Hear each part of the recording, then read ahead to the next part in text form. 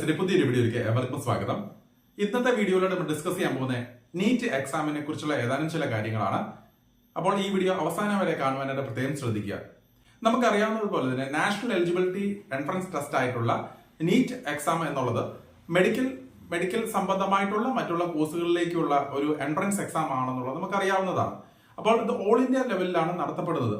ഇപ്പോൾ അതിന്റെ application process 2024 NEET എക്സാമിന് വേണ്ടിയുള്ള ആപ്ലിക്കേഷൻ പ്രോസസ്സ് തുടങ്ങിയിരിക്കുകയാണല്ലോ. അപ്പോൾ ഫെബ്രുവരി മാസം 9-ാം തീയതി മുതൽ മാർച്ച് മാസം 9-ാം തീയതി വരെയുള്ള ടൈമാണ് ഈ ഒരു ആപ്ലിക്കേഷൻ നൽകാനായിട്ട് നൽകിയിരിക്കുന്നത്. അത് മാത്രമല്ല, മെയ് 5-ാം തീയതിയാണ് ഇതിന്റെ എക്സാം നേരത്തെ അനൗൺസ് ചെയ്തിരിക്കുന്നത്. കൂടാതെ തന്നെ ജൂൺ മാസം 14-ാം തീയതിയോടെ ഇതിന്റെ റിസൾട്ടുകളും പബ്ലിഷ് ചെയ്യുമെന്നാണ് ഇപ്പോൾ പറയുന്നത്. അപ്പോൾ നീറ്റ് എക്സാം കൊണ്ട് BSc നഴ്സിംഗിന് അതുപോലെ പാരാമെഡിക്കൽ കോഴ്സുകളിലേക്ക് അഡ്മിഷൻ പ്രോസസ്സോ അങ്ങനെ എന്തെങ്കിലും ആവശ്യമുണ്ടോ എന്നുള്ളത് ചോദിക്കാറുണ്ട്. അപ്പോൾ നമ്മളിവിടെ നോക്കിക്കഴിഞ്ഞാൽ കഴിഞ്ഞ വർഷങ്ങളിലൊക്കെ തന്നെ പല സംസ്ഥാനങ്ങളിലും നീറ്റ് എക്സാം ആയിരുന്നു, അല്ലെ നീറ്റിന്റെ സ്കോർ ബേസ് ചെയ്തിട്ടായിരുന്നു അവരുടെ എൻട്രൻസ് എക്സാം, ലൈക്ക് എൻട്രൻസിന്റെ ഒരു എലിജിബിലിറ്റി ക്രൈറ്റീരിയ ആയിട്ട് BSc നഴ്സിംഗിന് വേണ്ടി നൽകിയിരുന്നത്. അതിൽ എടുത്തു പറയേണ്ടതായിട്ടുണ്ടാവുക, നമ്മൾ സൗത്ത് ഇന്ത്യയിൽ നോക്കിക്കഴിഞ്ഞാൽ ആന്ധ്ര, തെലുങ്കാന 2 സംസ്ഥാനങ്ങളിലും നീറ്റ് മാൻഡേറ്ററി ആയിരുന്നു. നിരവധി കുട്ടികൾക്ക് അഡ്മിഷൻസ് നേരത്തെ നീറ്റ് ഇല്ലാതെ അഡ്മിഷൻ എടുത്ത പല കുട്ടികൾക്കും ഏറ്റവും അവസാനമൊക്കെ അവർക്ക് അഡ്മിഷൻ നഷ്ടപ്പെടുകയും സീറ്റ് നഷ്ടപ്പെടുകയും ചെയ്തിട്ടുണ്ടായിരുന്നു. അപ്പോൾ നിങ്ങൾ പ്രത്യേകം ശ്രദ്ധിക്കുക, നീറ്റ് എക്സാം നിർബന്ധമായിട്ടും നിങ്ങൾ അറ്റൻഡ് ചെയ്യേണ്ട ഒരു എക്സാം തന്നെയാണ്. കൂടാതെ തന്നെ മഹാരാഷ്ട്രയിലും ഡൽഹിയിലും അങ്ങനെ ഏതാനും ചില സംസ്ഥാനങ്ങളിലും നീറ്റ് ഒരു മാൻഡേറ്ററി എലിജിബിലിറ്റി ക്രൈറ്റീരിയ ആയിട്ട് BSc നഴ്സിംഗ് പ്രവേശനത്തിന് നൽകിയിരുന്നു. ഇതുവരെയും സംസ്ഥാനങ്ങൾ നോക്കിക്കഴിഞ്ഞാൽ കർണാടക മാത്രമാണ് KE എക്സാം, അതിന്റെ ഓൾറെഡി ഞാൻ പല വീഡിയോകളിൽ നേരത്തെ പറഞ്ഞിരുന്നു, KE എക്സാം അനൗൺസ് ചെയ്യപ്പെട്ടിരുന്നത്. അപ്പം തമിഴ്നാട്ടിലും കേരളത്തിലും ഇതുവരെയും അതിന്റെ എൻട്രൻസിന്റെ നടപടികളുമായിട്ട് മുന്നോട്ട് പോയിട്ടില്ല.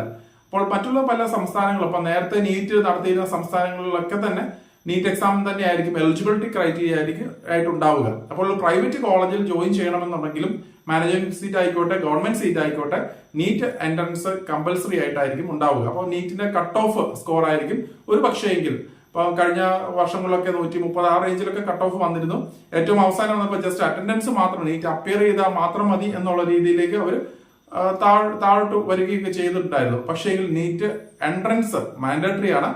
അപ്പൊ നമ്മളിവിടെ ശ്രദ്ധിക്കേണ്ട ഒരു കാര്യം, ആന്ധ്ര, തെലുങ്കാന സംസ്ഥാനങ്ങളിൽ നിരവധി 10,000-കണക്കിന് കുട്ടികളാണ് ഓരോ വർഷവും അഡ്മിഷനുമായിട്ട് മുന്നോട്ട് പോവുക. അപ്പോൾ ഇവിടെ നമ്മൾ നോക്കേണ്ടത് ആന്ധ്രയിലാണെങ്കിലും തെലുങ്കാനയിലാണെങ്കിലും വളരെ ചെറിയ ഫീസിൽ തന്നെ നിങ്ങൾക്ക് അഡ്മിഷൻസ് നേടുവാനുള്ള പോസിബിലിറ്റി ഉണ്ടെന്നുള്ളതാണ്. കാരണം മെഡിക്കൽ കോളേജുകളോടനുബന്ധിച്ചിട്ടുള്ള നഴ്സിംഗ് കോളേജുകളിൽ പോലും BSc നഴ്സിംഗ് പഠിക്കുവാൻ ഏകദേശം 6 ലക്ഷമോ അതിൽ കുറവോ ഒക്കെ ആ റേഞ്ചിലുള്ള ഫീസേ വരുന്നുള്ളൂ. ഭക്ഷണം, താമസം എല്ലാം ഉൾപ്പെടെ അത്രയും ചെറിയ പാക്കേജിൽ തന്നെ അവർക്ക് പഠിച്ചിറങ്ങാം എന്നുള്ളതാണ് ഇതിന്റെ ഏറ്റവും വലിയ പ്രത്യേകത. അപ്പോൾ ഫിനാൻഷ്യലി ബുദ്ധിമുട്ടുള്ള കുട്ടികൾ തീർച്ചയായിട്ടും ആന്ധ്രയും തെലുങ്കാന സംസ്ഥാനങ്ങളായിരിക്കും കൂടുതലായിട്ട് ആശ്രയിക്കുന്നത്. അപ്പോൾ അങ്ങനെയുള്ള കുട്ടികൾ നിർബന്ധമായിട്ട് നിങ്ങൾ നീറ്റ് എക്സാമിനും കൂടെ അപ്പിയർ ചെയ്യാനായിട്ട് പ്രത്യേകം ശ്രദ്ധിക്കുക. മാത്രമല്ല, പാരാമെഡിക്കൽ രംഗത്തേക്ക് നമ്മൾ നോക്കുമ്പോൾ സാധാരണയായിട്ട് പാരാമെഡിക്കലിന് പ്രത്യേകിച്ച് ഒരു എൻട്രൻസ് എക്സാംസ് ഒന്നും ഇതുവരെ ഒരു സംസ്ഥാനങ്ങളിൽ നൽകാറില്ല. കാരണം പാരാമെഡിക്കലിലാണെങ്കിൽ അത്യാവശ്യം രീതിയിൽ നല്ല രീതിയിൽ നമ്പർ ഓഫ് സീറ്റ്സും കാര്യങ്ങളും ഒക്കെ ഉള്ളതുകൊണ്ട് തന്നെ അങ്ങനെ ഒരു മാൻഡേറ്ററി ക്രൈറ്റീരിയ വെക്കാറില്ല. പക്ഷേ നമ്മൾ ഇവിടെ നോക്കുമ്പോൾ നഴ്സിംഗിനും പാരാമെഡിക്കൽ കോഴ്സുകൾക്കും ഏതാനും ചില സെൻട്രൽ ഗവൺമെന്റ് ഇൻസ്റ്റിറ്റ്യൂഷൻസ് ആയിട്ടുള്ള, ഉദാഹരണമായിട്ട് നോക്കിക്കഴിഞ്ഞാൽ RIK ഇൻസ്റ്റിറ്റ്യൂഷൻ, അതുപോലെ തന്നെ ജിപ്മർ, PGI അങ്ങനെ ഏതാനും ചില ഇൻസ്റ്റിറ്റ്യൂഷനിലൊക്കെ തന്നെ അവര് നീറ്റ് സ്കോർ ബേസ് ചെയ്തിട്ടായിരിക്കും അലോട്ട്മെന്റ് പ്രോസസ്സ് നടത്തപ്പെടുക. അപ്പോൾ അത് വളരെ ടോപ്പ് വാണ്ടഡ് ആയിട്ടുള്ള അല്ലെങ്കിൽ ഏറ്റവും ടോപ്പ് റേറ്റഡ് ആയിട്ടുള്ള നഴ്സിംഗ് അല്ലെങ്കിൽ ഇങ്ങനെയുള്ള സ്ഥാപനങ്ങളാണ്. അപ്പോൾ നീറ്റിൽ നല്ല രീതിയിൽ സ്കോർ ലഭിക്കുന്ന കുട്ടികൾക്കാണ് അങ്ങനെയുള്ള സംസ്ഥാനങ്ങളിലൊക്കെ അല്ലെങ്കിൽ അങ്ങനെയുള്ള ഇൻസ്റ്റിറ്റ്യൂഷനിലൊക്കെ അഡ്മിഷൻസ് നേടാൻ സാധിക്കുക. അപ്പോൾ സൗത്ത് ഇന്ത്യയിൽ അങ്ങനെയുള്ള ഒരു ഇൻസ്റ്റിറ്റ്യൂട്ടാണ് ജിപ്മർ.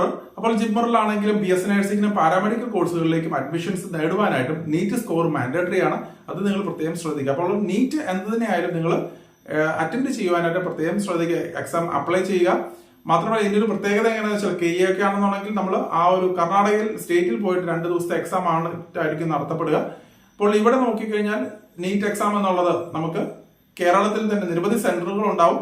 അപ്പോൾ ആ സെന്ററുകളിൽ തന്നെ ഒരു ദിവസത്തെ എക്സാം ആയിട്ടായിരിക്കും നടത്തപ്പെടുക. അപ്പോൾ നമ്മൾ ഇതിന്റെ ഏതാനും ചില ഡീറ്റെയിൽസ് നമ്മൾ ജസ്റ്റ് ഒരു അവലോകനം നമുക്ക് നോക്കാം. അപ്പോൾ ഞാൻ നേരത്തെ സൂചിപ്പിച്ചതുപോലെ തന്നെ ഫെബ്രുവരി മാസം 9-ാം തീയതി മുതൽ മാർച്ച് മാസം 9-ാം തീയതി വരെയാണ് ഇതിന്റെ ആപ്ലിക്കേഷൻ പ്രോസസ്സ് നടത്തപ്പെടുക. അപ്പോൾ ഇവിടെ നമ്മുടെ ഫീസ് നൽകിയിട്ടുണ്ട്. അതായത് ജനറൽ കാറ്റഗറി NRI വിഭാഗത്തിനൊക്കെ 1,700 രൂപയാണ് ആപ്ലിക്കേഷൻ ഫീസ് ആയിട്ട് നൽകേണ്ടതായിട്ട് വരിക.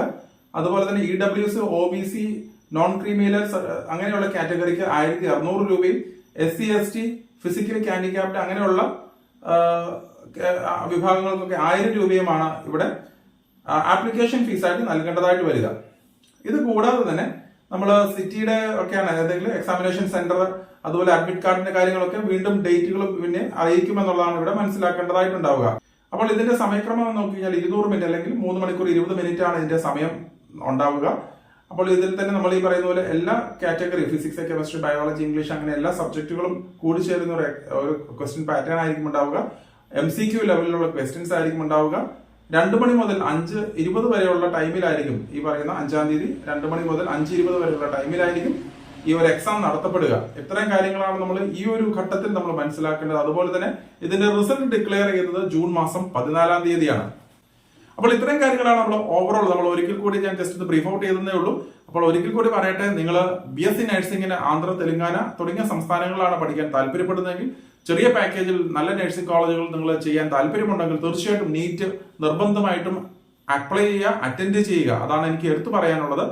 രണ്ടാമത്തെ ഒരു കാര്യം, നിങ്ങൾ ജിപ്പർ അല്ലെങ്കിൽ RAK, PGA, ചാണ്ടിഗർ അങ്ങനെയുള്ള ഏതാനും ചില ഗവൺമെന്റ് അല്ലെ സെൻട്രൽ ഗവൺമെന്റ് ഇൻസ്റ്റിറ്റ്യൂഷനിലേക്കാണ് നിങ്ങൾ അഡ്മിഷൻ എടുക്കാൻ താല്പര്യപ്പെടുന്നതെങ്കിൽ തീർച്ചയായിട്ടും നിങ്ങൾ അവിടെയും ഈ പറയുന്ന നീറ്റ് നല്ല രീതിയിൽ സ്കോർ വാങ്ങേണ്ടതായിട്ടുണ്ട്. ആന്ധ്ര, തെലങ്കാനയിലൊക്കെ അഡ്മിഷൻ എടുക്കണം ജസ്റ്റ് നീറ്റിന്റെ ഒരു അപ്പിയറൻസ് അല്ല അറ്റൻഡൻസ് അല്ല ബേസിക് ആയിട്ടുള്ള സ്കോറുകൾ മതിയാകാം. പക്ഷേങ്കിൽ മറ്റുള്ള സെൻട്രൽ ഗവൺമെന്റ് ഇൻസ്റ്റിറ്റ്യൂഷൻ വേണമെങ്കിൽ നല്ല രീതിയിലുള്ള സ്കോറിംഗ് പാറ്റേൺസ് ആവശ്യമായിട്ടുണ്ട്. അപ്പോൾ അതിനുവേണ്ടി നല്ല രീതിയിൽ +2 റിസൾട്ട് എക്സാം കഴിഞ്ഞതിന് ശേഷം നല്ല രീതിയിൽ ഉത്സാഹിക്കേണ്ടതായിട്ടുണ്ട്. മെയ് മാസം വരെ നമുക്ക് സമയമുണ്ട്. ഏകദേശം 1-2 മാസം സമയത്തോടുകൂടെ നല്ല രീതിയിൽ പ്രിപ്പയർ ചെയ്ത് നിങ്ങൾക്ക് എക്സാം അറ്റൻഡ് ചെയ്യാനായിട്ട് സാധിക്കുന്നതാണ്. അപ്പോൾ ഇത് പ്രത്യേകം ശ്രദ്ധിക്കുക. നീറ്റിന്റെ ആപ്ലിക്കേഷൻ സ്റ്റാർട്ട് ചെയ്തിട്ടുണ്ട്. അപ്പോൾ 1 മാസം മാത്രമാണ് ഇതിന്റെ കാലയളവ് ഉണ്ടാവുക. അപ്പോൾ എത്രയും വേഗം തന്നെ നിങ്ങൾ നിങ്ങളുടെ ഫ്രണ്ട്സിന്റെ അടുത്തും ഈ ഒരു വീഡിയോ ഷെയർ ചെയ്യാനായിട്ട് ശ്രദ്ധിക്കുക, അല്ലെങ്കിൽ ഇൻഫർമേഷൻ ഷെയർ ചെയ്യാനായിട്ട് ശ്രദ്ധിക്കുക.